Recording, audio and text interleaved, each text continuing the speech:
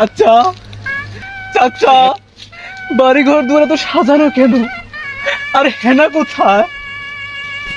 বাবা, তুমি হেনাকে ভুলে যাও। চাচা কেন? হেনার তো পাতলা পায়খানা হয়েছে, 3 দিন ধরে কিছুই খায় না। না না না, আমি বিশ্বাস করি না, আমি বিশ্বাস করি না, আমি বিশ্বাস করি না। আচ্ছা ঠিক আছে বাবা, তুমি যদি আমার কথা বিশ্বাস না করো তাহলে আমার সাথে ঘরে এসো।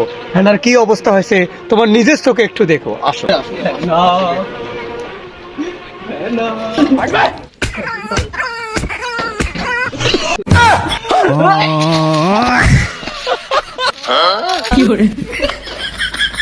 শালা মাউয়ার পর, হ্যাঁ বেটিক বিয়ে দিতে দিতে যাবো তো 32 জন আসছেন।